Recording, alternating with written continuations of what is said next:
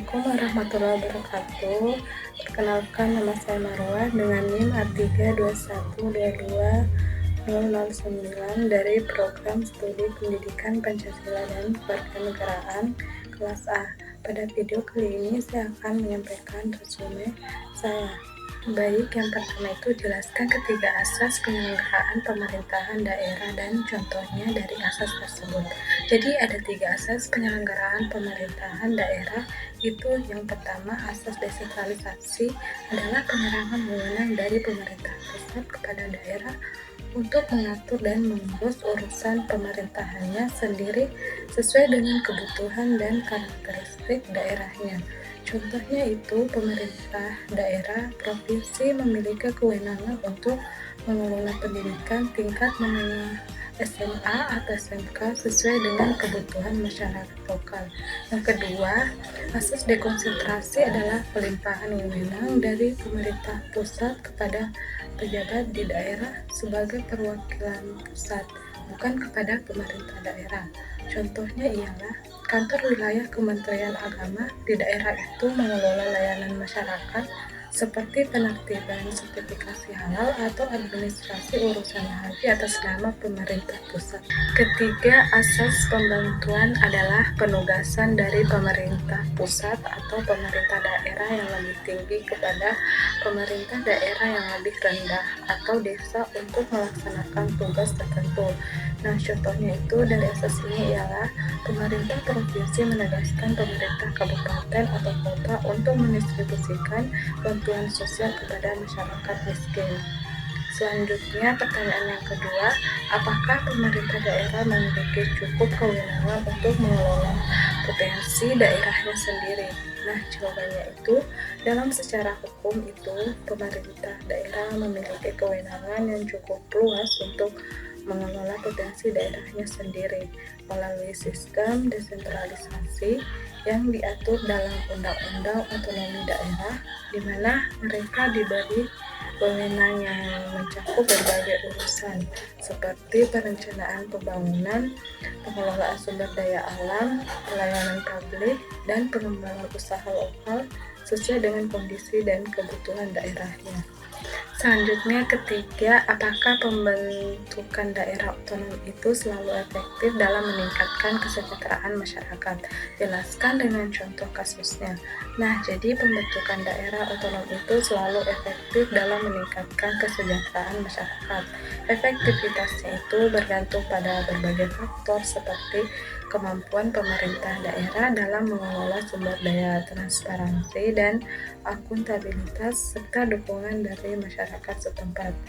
Nah, contoh kasusnya itu dari daerah yang berhasil seperti Kabupaten Banyuwangi di Jawa Timur adalah contoh daerah otonomi yang berhasil memanfaatkan otonomi untuk meningkatkan kesejahteraan masyarakat.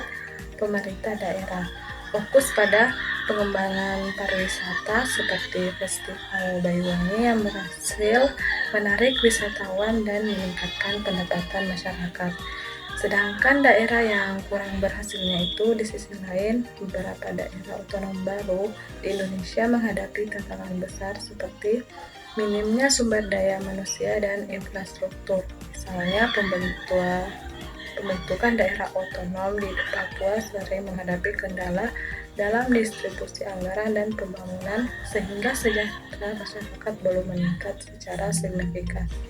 Selanjutnya, pertanyaan keempat, bagaimana pemerintah dapat memastikan bahwa daerah baru itu memiliki kapasitas dan sumber daya yang cukup untuk mengelola pemerintahan dan pembangunannya? Nah, jawabannya itu, pemerintah dapat memastikan kapasitas daerah baru melalui evaluasi kelayakan yang komprehensif, pelatihan aparatur daerah, alokasi anggaran khusus seperti dana alokasi khusus, serta pendampingan dari pemerintah provinsi. Jadi pengawasan dan evaluasi ini berkala juga dilakukan untuk memastikan daerah baru mampu menjalankan fungsi pemerintahan dan pembangunan secara efektif. Oke, selanjutnya jelaskan yang dimaksud dari urusan absolut. urusan konkuren, dan urusan umum, serta berikan contohnya. Baik, yang pertama, urusan absolut adalah kewenangan pemerintah pusat yang tidak dapat didelegasikan seperti pertahanan, keamanan, dan politik luar negeri. Contohnya itu pengelolaan angkatan bersenjata. Kedua, urusan konkuren adalah kewenangan yang dibagi antara pemerintah pusat, provinsi, dan kabupaten atau kota sesuai kapasitas masing-masing. Contohnya dalam pendidikan dasar dikelola kabupaten atau kota, sedangkan universitas itu oleh pusat. Terakhir, urusan umum adalah tugas pemerintahan yang mencakup pemeliharaan stabilitas nasional seperti mitigasi bencana, contohnya itu koordinasi penanggulangan bencana gempa bumi. Selanjutnya, pertanyaannya itu apa tujuan dari terbentuknya daerah khusus? Nah, jadi tujuan utama terbentuknya daerah khusus ini adalah untuk memberikan kewenangan khusus kepada daerah tertentu agar dapat mengelola pemerintahan sesuai dengan kebutuhan dan karakteristik uniknya. Hal ini bertujuan untuk menjaga stabilitas politik sosial dan budaya serta meningkatkan kesejahteraan masyarakat di daerah tersebut. Next, pertanyaan yang ketujuh, bagaimana pertanggungjawaban pemerintah daerah terhadap masyarakat yang berkaitan dengan pengelolaan sumber daya alam?